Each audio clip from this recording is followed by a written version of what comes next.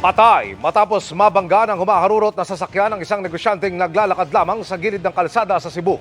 Bago nito, may nabangga ring nakaparadang kotse ang suspect. Nakatutok si Marie Dumabok ng GMA Regional TV.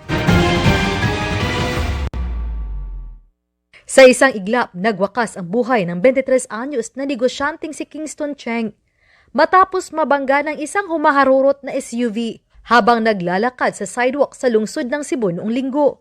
Ang malagim na insidente nakunan sa CCTV. Sa lakas ng impact, tumilapon ang biktimang papunta sa isang concrete post. Maya-maya'y kita na ang ilang tao na tumakbo upang tumulong sa biktima. Naing kalit og buto diya sir, tapos naing gawas nga sakyanan, kusugin dagan, wala mihunong din. Pagtanaw na ko diya sir, nay tao na natumba, motong giduol na ko. Tanaw na ko sir, mamantong tao nga nabanggaan.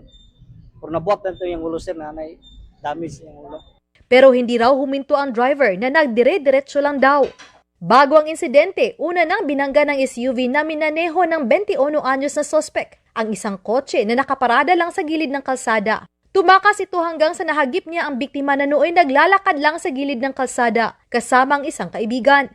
Tumakas ang sospek, subalit na aksidente ito na naging sanhi sa pagtaob ng kanyang sasakyan.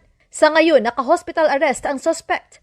Ayon sa mga saksi, lasing umano ang suspect nang mangyari ang insidente.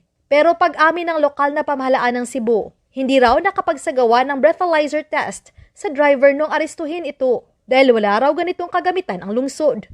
Nagnegatibo naman daw ito sa liquor test sa ospital na naisagawa 12 oras na makalipas ang insidente.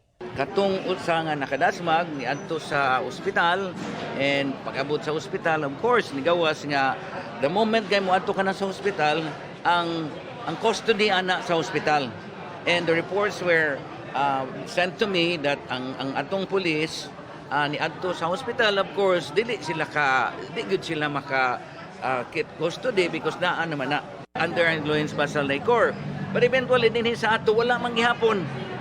Di ba, wa man tayo anak. So, dinhi sa tibuok Cebu, atong naibawaan, wala di tayo equipment nga ni anak. Okay? Now, the best thing that we could do right now, being lessons learned, we need to have that. Napuno ng bulaklak ang lugar na pinangyarihan ng aksidente bilang pag-alala sa kanya. Nagpaabot din ng kanilang pakikiramay sa pamilya ng biktima, ang Cebu Chamber of Commerce and Industry. Hiling nila sa pamahalaan at concerned agencies na masolusyonan ang matagal na problema sa road safety policy, enforcement at infrastructure.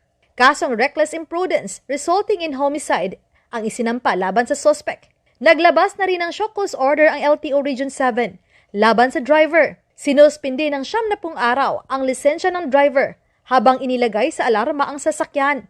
Ayon sa LTO, sa initial report ng Cebu City Police, hindi nakapagpresenta ng driver's license at rehistro ng sasakyan ang naturang driver ng mahuli.